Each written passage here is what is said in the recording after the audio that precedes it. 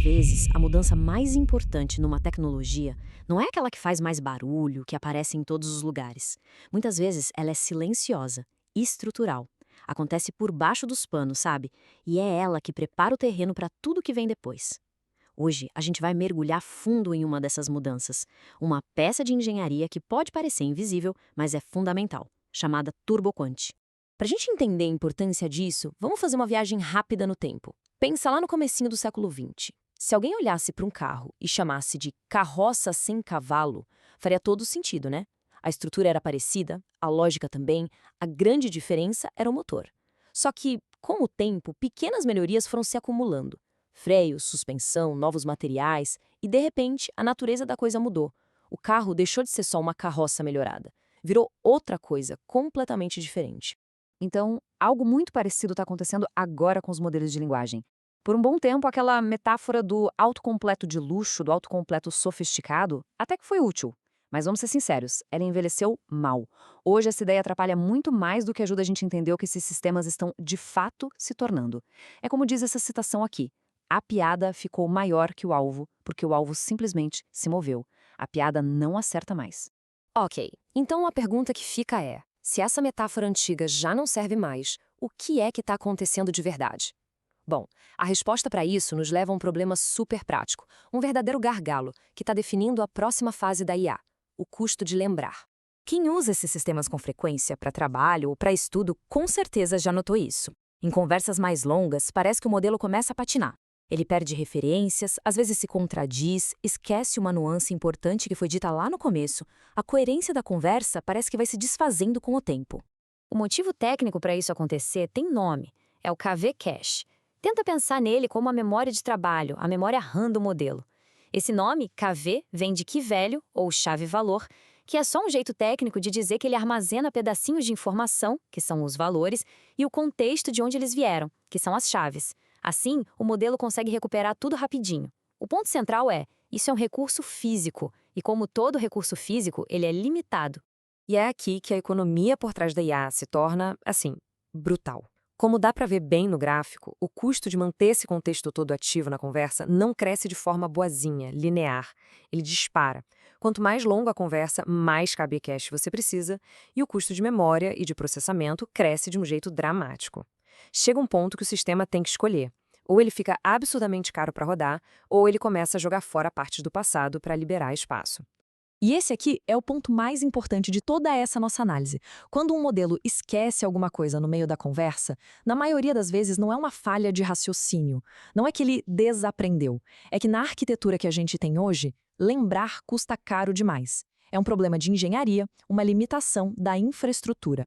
E é exatamente para resolver esse problema de infraestrutura que o TurboQuant foi criado. Ele é uma solução de engenharia super inteligente, focada em criar o que a gente poderia chamar de continuidade na conversa. Vamos entender como ele funciona, passo a passo. Primeiro, imagina que cada pedaço do contexto, cada palavra, cada ideia, é como um ponto flutuando num espaço matemático gigante. A gente chama esses pontos de vetores. O que o TurboQuant faz? Primeiro, ele pega todos esses pontos e dá uma rotacionada matemática neles. É como se ele chacoalhasse um globo de neve para espalhar a informação de um jeito mais uniforme. Depois, ele faz a quantização. Essa é a parte da compressão de verdade. Ele cria uma maneira de representar cada um desses pontos usando muito, mas muito menos dados, como se fosse uma taquigrafia de alta eficiência. Mas o pulo do gato, a mágica mesmo, vem agora. No passo final, ele aplica uma correção. Depois de comprimir tudo, ele faz um pequeno ajuste para garantir que, mesmo nessa forma super resumida, os pontos mantenham as relações originais que eles tinham entre si. Ou seja, o significado principal é preservado. O resultado prático disso é simplesmente brilhante.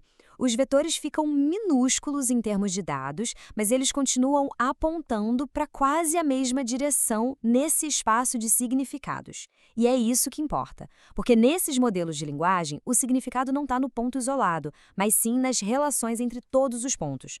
Bom, esse foi o como a coisa funciona. Agora vamos pro e daí? Por que isso realmente importa? A questão não é só economizar a memória. A questão é viabilizar conversas que podem durar muito, muito mais tempo sem se perderem no meio do caminho. Esse slide aqui resume a diferença perfeitamente. À esquerda, a gente vê a situação atual, onde a coerência é cara e as conversas acabam se quebrando. É a corrente enferrujada. Já à direita, com uma tecnologia como o TurboQuant, a gente tem uma corrente sólida, ininterrupta. O contexto consegue se manter estável e persistente por muito mais tempo. Então, muitos daqueles problemas que a gente percebe como usuários são, na verdade, só sintomas de uma causa que está escondida.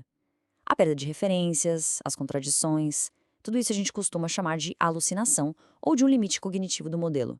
Mas, no fundo, são consequências diretas do custo altíssimo de manter o passado vivo na memória de trabalho.